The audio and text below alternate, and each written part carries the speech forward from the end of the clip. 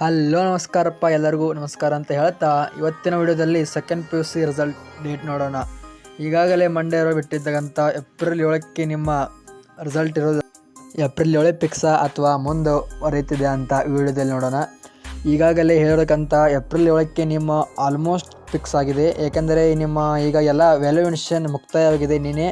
ಹಾಗಾಗಿ ಏಪ್ರಿಲ್ 7ಕ್ಕೆ ನಿಮ್ಮ result announce ಆಗುತ್ತದೆ.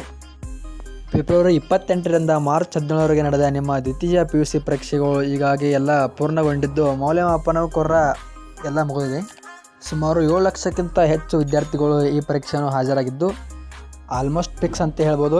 ಈಗ ಮುಂದೆ ಬರತಕ್ಕಂಥ ದ್ವಿತೀಯ PUC ಪರೀಕ್ಷೆಯಲ್ಲಿ 2ನೇ ಪರೀಕ್ಷೆಯನ್ನು ನಡೆಸಲು ಸಿದ್ಧತೆ ಮಾಡಿಕೊಳ್ಳೋದ್ರಿಂದ ಏಪ್ರಿಲ್ 7ಕ್ಕೆ ನಿಮ್ಮ ಫಲಿತಾಂಶ ಬಿಡುಗಡೆ ಆಗುತ್ತದೆ. ಪರೀಕ್ಷೆ 2ರ ದಿನಾಂಕವು 25/4/2026ರಿಂದ 9/5/2026ರವರೆಗೆ ನಡೆಯಲಿದ್ದು, ಪರೀಕ್ಷೆ 2ರ ಸಲುವಾಗಿ ಸಿದ್ಧತೆಗೋಸ್ಕರ ಏಪ್ರಿಲ್ 7ಕ್ಕೆ ನಿಮ್ಮ ಫಲಿತಾಂಶ ಪ್ರಕಟಗೊಂಡಿದೆ.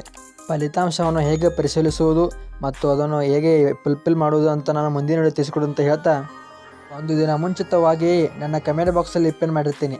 ಮುಂದಿನ ವಿಡಿಯೋದಲ್ಲಿ ಅದನ್ನು ಹೇಗೆ ಪರಿಶೀಲಿಸುವುದು, ಹೇಗೆ ನೋಡೋದು ಅಂತ ಹೇಳಿಕೊಡ್ತೀನಿ ಅಂತ ಹೇಳ್ತಾ, ಇದು ಮಾಹಿತಿ ಇಷ್ಟ ಆದರೆ ಲೈಕ್, ಶೇರ್, ಸಬ್ಸ್ಕ್ರೈಬ್ ಮಾಡಿ ನಿಮ್ಮ ಫ್ರೆಂಡ್ ಸರ್ಕಲ್ಗೆ ಶೇರ್ ಮಾಡಿ ಅಂತ ಹೇಳ್ತಾ, ಮಾಹಿತಿ ಇಷ್ಟ ಆದರೆ ಲೈಕ್, ಶೇರ್, ಸಬ್ಸ್ಕ್ರೈಬ್ ಮರೆಯದಿರಿ.